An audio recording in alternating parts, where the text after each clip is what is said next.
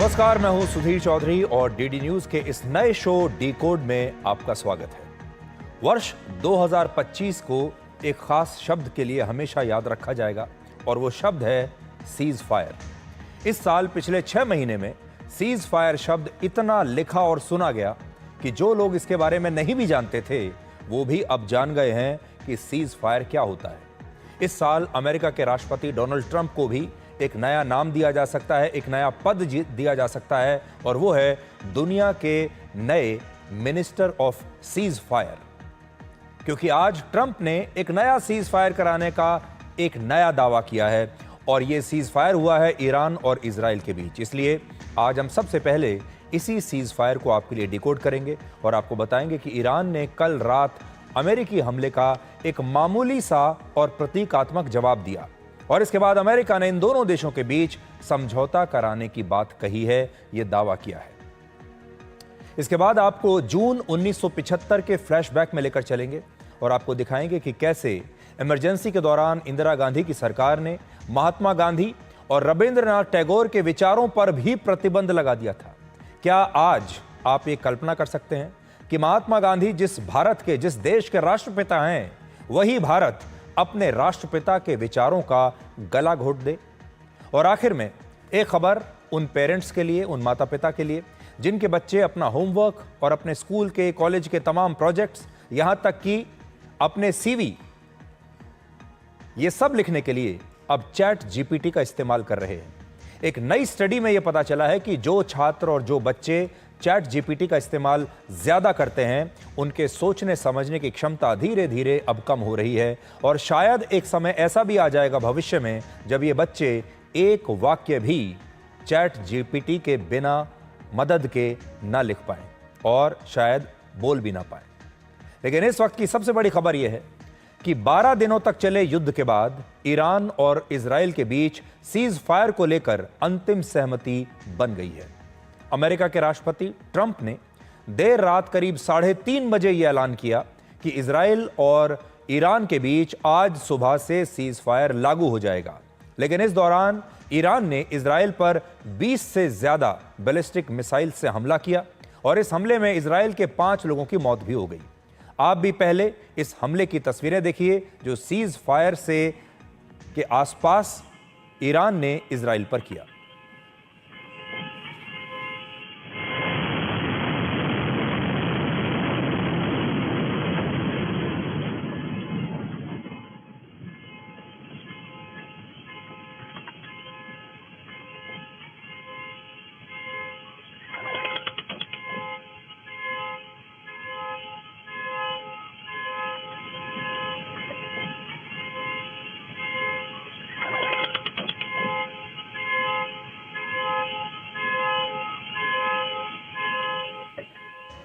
तो इस हमले के बाद इजराइल ने भी सीज फायर का उल्लंघन करते हुए तेहरान की एक रेडार साइट को अपना निशाना बनाया और कहा कि अगर ईरान ऐसे हमले जारी रखेगा तो फिर इजराइल भी सीज फायर को मानेगा नहीं। इन हमलों को देखकर ऐसा लग रहा था कि युद्ध अब भी जारी रहेगा और इसमें सीज फायर की संभावना बहुत ही कम है। इस बात से सबसे ज़्यादा चिंता राष्ट्रपति ट्रंप को ही, जो सुबह से ही इस सीज फायर का सारा श्रेय खुद को दे रहे थे और उन्होंने अपने social media platform truth social पर इस सीज फायर की एक छोटी सी कहानी भी लिखकर पूरी दुनिया को सुनाई।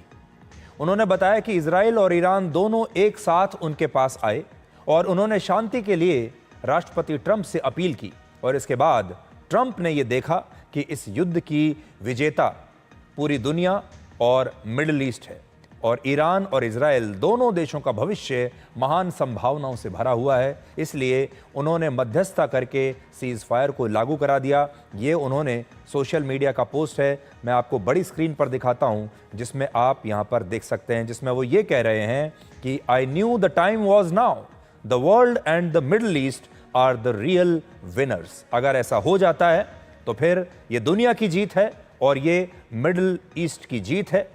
और वो ये भी कहते हैं कि the future of Israel and Iran is unlimited and filled with great promise, God bless you both. ये कहानी ऐसी है कि भविष्य में अगर राष्ट्रपति ट्रंप को नोबेल शांति पुरस्कार से सम्मानित किया गया तो इस कहानी को जरूर सुनाया जाएगा और शायद ये शब्द लिखने के लिए उन्हें लगता है कि उन्हें नोबेल शांति पुरस्कार मिल भी जाए। आपको यकीन नहीं होगा कि सीज फायर की घोषणा के बाद आज शाम तक राष्ट्रपति ट्रंप सोशल मीडिया पर ऐसे 12 पोस्ट लिख चुके हैं। एक नहीं, दो नहीं, 12 पोस्ट लिख चुके हैं और उनके हर पोस्ट का सार एक ही है। सार यह है कि राष्ट्रपति ट्रंप ने ही इस युद्ध को रुकवाया है। हर बार थोड़ी थोड़ी देर में एक और सोशल मीडिया पोस्ट डालते हैं और कहते हैं कि देखिए मैंने युद्ध को रुकवा दिया। दिलचस्प बात यह है कि जब राष्ट्रपति ट्रंप को यह खबर मिली कि इजराइल और ईरान ने सीज फायर का उल्लंघन जारी रखा है और दुनिया फिर से उनके दावों पर सवाल उठा रही है कि सीज फायर तो हुआ ही नहीं, दोनों देश अब भी लड़ रहे हैं और ट्रंप कह रहे हैं कि मैंने सीज फायर करा दिया, तो फिर उन्होंने इजराइल के प्रधानमंत्री नेतन्याहू से फोन पर बात की और उनसे कहा कि इजराइल अब ईरान पर और कोई हमला नहीं करेगा।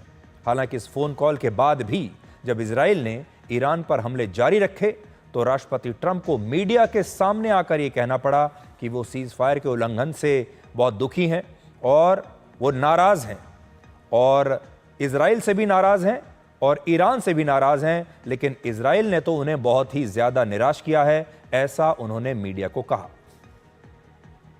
Yeah, I do. They violated it, but Israel violated it too. Are you questioning if Israel was committed? Israel, as soon as we made the deal, they came out and they dropped a load of bombs, the likes of which I've never seen before. The biggest load that we've seen. I'm not happy with Israel. You know, when I say, okay, now you have 12 hours, you don't go out in the first hour and just drop everything you have on them. So I'm not happy with them.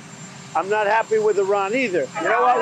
We basically have two countries that have been fighting so long and so hard that they don't know what the they're doing. Do you understand that? You have 200%. तो आप कह सकते हैं कि अब पूरी दुनिया राष्ट्रपति ट्रंप को मिनिस्टर फॉर सीज फायर कह सकती है। दुनिया में कहीं भी अगर लड़ाई चल रही हो, युद्ध हो रहा हो, तो सीज फायर कराने के लिए राष्ट्रपति ट्रंप अब हर जगह पहुंच जाते हैं और सीज फायर का श्रेय वो खुद लेना चाहते हैं। राष्ट्रपति ट्रंप की नाराजगी के बाद इजराइल के प्रधानमंत्री कार्यालय ने एक नया बयान जारी किया और कहा कि अब इजराइल सीज फायर की शर्तों का पालन कर रहा है और ईरान पर किए जा रहे हमलों को पूरी तरह से अब इजराइल ने रोक दिया है। ईरान ने भी आधिकारिक रूप से इस सीज फायर का पालन करने की बात कही है, जिसका मतलब यह है कि यह युद्ध अब रुक गया है। और आज जब यह युद्ध रुक चुका है तब बड़ा सवाल यह है कि इस युद्ध का नतीजा क्या रहा, कौन जीता और कौन हारा और इस युद्ध से आखिर हासिल क्या हुआ। तो आज हम एक नया विश्लेषण आपके लिए लेकर आए हैं। युद्ध रुक गया है, लेकिन इस युद्ध से हमने क्या सीखा है और इस युद्ध से किसको क्या मिला है। तो पहली बात यह है कि यह युद्ध निर्णायक नहीं रहा और इसमें ना तो कोई जीता ना कोई हारा। दूसरा, अमेरिका और इजराइल का दावा है कि उसने ईरान को परमाणु शक्ति बनने से रोक दिया है और उसके न्यूक्लियर प्रोग्राम को जड़ से खत्म कर दिया है। इजराइल ने इसी मकसद से इस युद्ध को शुरू किया था और आप कह सकते हैं कि इस मकसद में इजराइल को कामयाबी मिल गई है। जो मकसद, जो लक्ष्य उसने रखा था, वो उस लक्ष्य में कामयाब रहा। चाहे जीत और हार अभी भी एक विवाद का विषय हो सकती है, लेकिन अपने लक्ष्य को उसने हासिल कर लिया। तीसरा, इजराइल ने ईरान के 11 न्यूक्लियर साइंटिस्ट और 20 मिलिट्री कमांडर्स और उनकी सेना के चीफ और बड़े बड़े जनरल्स को खत्म कर दिया, जिससे ईरान की जो टॉप लीडरशिप है उनकी सेना की, वो समाप्त हो गई है। हालांकि ऐसा नहीं है कि ईरान इस युद्ध में बुरी तरह से हार ही गया हो। इस युद्ध के बाद भी 86 वर्ष के आयतुल्ला खामनेई ही ईरान के सुप्रीम लीडर बने रहेंगे और इजराइल खामनेई को हटाने में नाकाम रहा। चौथा, ईरान ने इस युद्ध में यह भी साबित कर दिया कि वो इजराइल के एयर डिफेंस सिस्टम को भेदने में सक्षम है। तो यह एक बहुत बड़ी बात ईरान ने की है जो शायद और कोई नहीं कर पाया। उसकी मिसाइल इजराइल के अलग अलग शहरों में जाकर गिरी हैं और उन्होंने इजराइल का नुकसान किया है। उन्होंने इजराइल के एयर डिफेंस सिस्टम को भेद दिया।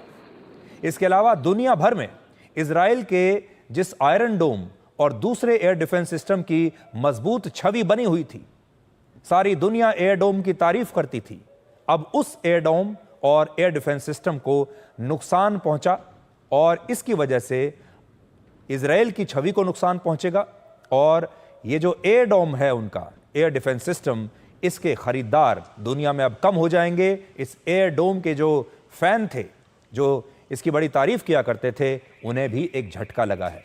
तो एक और बड़ी बात यह है कि इजराइल पूरी दुनिया में कहता था अपनी एयर डोम के बारे में कि हमारा एयर डोम हर प्रकार की मिसाइल से हमारी रक्षा करेगा, लेकिन इस धारणा को ईरान ने तोड़ दिया। पांचवी बात, ईरान और इजराइल दोनों देशों को यह पता चल गया कि कौन उनका सच्चा दोस्त है। ईरान को पाकिस्तान समेत सभी मुस्लिम देशों से सिर्फ धोखा मिला, सिर्फ स्टेटमेंट मिले, सिर्फ लिप सर्विस मिली और सिर्फ बयानबाजी मिली, जबकि रशिया और चीन ने भी ईरान की ठोस रूप से कोई मदद नहीं की। लेकिन दूसरी तरफ अमेरिका ने इजराइल का पूरा साथ दिया। तो इसलिए जब महाशक्तियों की ये लड़ाई होती है और दुनिया के जो छोटे देश हैं, जब उन्हें यह चुनना होता है कि इस टीम में, दुनिया में दो टीम बन रही हैं, एक अमेरिका की टीम बन रही है और एक टीम बन रही है चीन और रशिया की, तो जो छोटे देश हैं वो क्या सोचकर किसी टीम को ज्वाइन करते हैं कि अगर हमने रशिया या चाइना को ज्वाइन किया, इनका साथ दिया, तो एक दिन मुसीबत में ये हमारे साथ खड़े होंगे। इसी प्रकार से जो देश अमेरिका के साथ हैं वो सोचते हैं कि एक दिन अगर हम मुसीबत में आए, अगर कोई युद्ध आया, किसी ने हमारे ऊपर हमला कर दिया, तो अमेरिका हमारे साथ खड़ा होगा। इस मामले में अमेरिका ने सारे नंबर अपने हासिल कर लिए हैं और अमेरिका ने दुनिया को ये दिखा दिया है कि अमेरिका अपने सहयोगियों को अकेले नहीं छोड़ता, अपने सहयोगियों की, अपने दोस्तों की मदद करता है, जिस प्रकार से अमेरिका ने इजराइल की मदद की है। लेकिन दूसरी तरफ ईरान के जो पक्के दोस्त थे, जो इजराइल के कॉम्पिटिटर्स हैं, रशिया और चीन, उन्होंने ईरान की ऐसी मदद नहीं की जैसी मदद अमेरिका ने इजराइल की। छठा, इस युद्ध में ईरान का एयर डिफेंस सिस्टम पूरी तरह से फेल हो गया, लेकिन उसकी मिसाइलों ने शानदार असर दिखाया। अगर ईरान पर अंतर्राष्ट्रीय प्रतिबंध न लगे होते तो कई देश आज ईरान से इन मिसाइलों को खरीदने का सौदा अब तक कर चुके होते। तो ईरान के लिए सबक यह है कि उसका एयर डिफेंस सिस्टम नाकाम रहा, लेकिन उसकी इज्जत बचाई है उसकी मिसाइल्स ने। ईरान की मिसाइल्स ने शानदार प्रदर्शन किया है और यह तब हुआ है जबकि उसके ऊपर इतनी सारी पाबंदियां लगी हुई हैं, तब भी ईरान ने अपनी अच्छी खासी मिसाइल्स बना ली।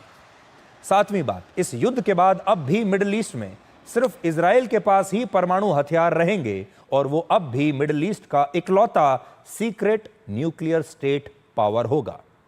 पूरे इस क्षेत्र में सिर्फ इजराइल के पास न्यूक्लियर वेपन्स हैं।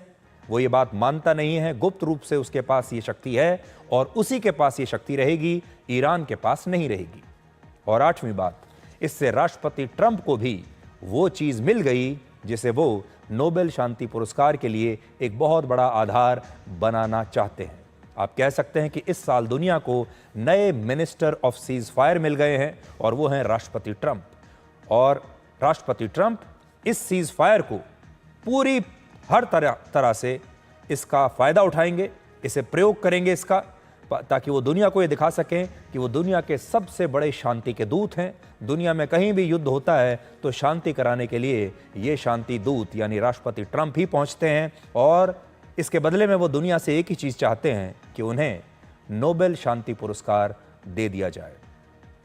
राष्ट्रपति ट्रंप दुनिया के सबसे शक्तिशाली व्यक्ति हैं, अमेरिका के राष्ट्रपति हैं, लेकिन उनके मन में भी एक इच्छा ऐसी है जो अधूरी है, जो कोई पूरा नहीं कर पाया अभी तक, और वो है नोबेल शांति पुरस्कार की। और ऐसा लगता है कि इस बार वो पूरी कोशिश कर रहे हैं कि वो इस पुरस्कार को लेकर ही मानेंगे। और आखिरी पॉइंट ये है कि ईरान ने भी अमेरिका के सैन्य अड्डों पर हमला करके ये बताया है कि वो डर कर हार मानने वाले देशों में से नहीं है। ईरान ने जितनी भी पाबंदियां उसके ऊपर लगी हों, चाहे उसके दोस्तों ने ईरान को अकेला छोड़ दिया हो, लेकिन ईरान आखिरी समय तक लड़ता रहा। ईरान ने हार नहीं मानी और ईरान ने सरेंडर भी नहीं किया। ईरान ने सोमवार को कतर में अमेरिका के सबसे बड़े मिलिट्री बेस और एयर बेस पर मिसाइल हमला किया। अमेरिका का दावा है कि ईरान ने शॉर्ट रेंज और मीडियम रेंज की बैलिस्टिक मिसाइलों से यह हमला किया, जिन्हें उसकी सीमा से 200 किलोमीटर दूर कतर में अमेरिका के सैन्य अड्डों पर निशाना साधकर दागा गया था। ईरान के इस हमले का नाम था ऑपरेशन बशारत अल फतेह। जिसका मतलब होता है जीत का ऐलान। अमेरिका के जिस सैन्य अड्डे पर यह हमला हुआ वो कतर की राजधानी दोहा के बहुत करीब है। और बड़ी बात यह है कि इस हमले के दौरान कतर ने अपने एयर डिफेंस सिस्टम से ईरान की मिसाइलों को रोकने की कोशिश की और 14 में से 13 मिसाइल्स को हवा में ही नष्ट कर दिया। ईरान की सिर्फ एक मिसाइल ही अमेरिका के सैन्य अड्डे तक पहुंच पाई थी और उससे भी ज्यादा नुकसान नहीं हुआ।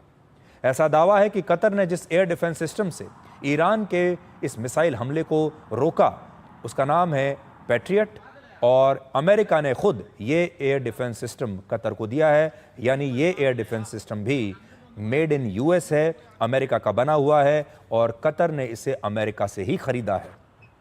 अमेरिका की ये जो सिस्टम है बहुत दुनिया में मशहूर है, उनकी ये मिसाइल जिन्हें पैट्रियट मिसाइल कहा जाता है। ईरान के इस हमले के लिए एक शब्द का काफ़ी इस्तेमाल हो रहा है और वो है हिसाब बराबर करना। इसकी वजह यह है कि अमेरिका ने ईरान पर 14 बंकर बस्टर बम दागे, लेकिन ईरान ने भी बदले में 14 मिसाइलों से ही अमेरिका के सैन्य अड्डों पर हमला किया। 14 बॉम्ब्स का जवाब दिया 14 मिसाइल से। हालांकि इनमें से 13 मिसाइल्स तो हवा में ही नष्ट हो गईं, कोई नुकसान नहीं पहुंचा पाईं। और एक मिसाइल के बारे में भी अमेरिकी राष्ट्रपति ने कहा था कि जो 14वीं मिसाइल थी उस पर हमने अपना समय और पैसा बर्बाद नहीं किया, कोई मिसाइल बर्बाद नहीं की, क्योंकि वो मिसाइल अपने लक्ष्य से भटक गई थी और कहीं दूर जाकर गिरने वाली थी, इसलिए उस मिसाइल को हमने रोकने की कोशिश भी नहीं की। अंतर्राष्ट्रीय मीडिया में ईरान के इस हमले को प्रतीकात्मक बताया गया है। बहुत मामूली सा यह हमला था और ईरान जानता था कि वो अमेरिका का कुछ नहीं बिगाड़ पाएगा। सिर्फ नाम के लिए, बदला लेने के नाम पर उन्होंने ये मिसाइल छोड़ दी और कहा गया कि ईरान का मकसद अमेरिका को नुकसान पहुंचाना था ही नहीं, बल्कि उसे यह बताना था कि वो भी उस पर हमला कर सकता है। ईरान के अंदर इतनी हिम्मत है कि ईरान आज सामने से खुलकर अमेरिका के सैनिकों पर हमला कर सकता है, अमेरिका के अड्डों पर हमला कर सकता है। और ईरान अमेरिका से डरता नहीं। ईरान पूरी दुनिया को यह बात बताना चाहता था।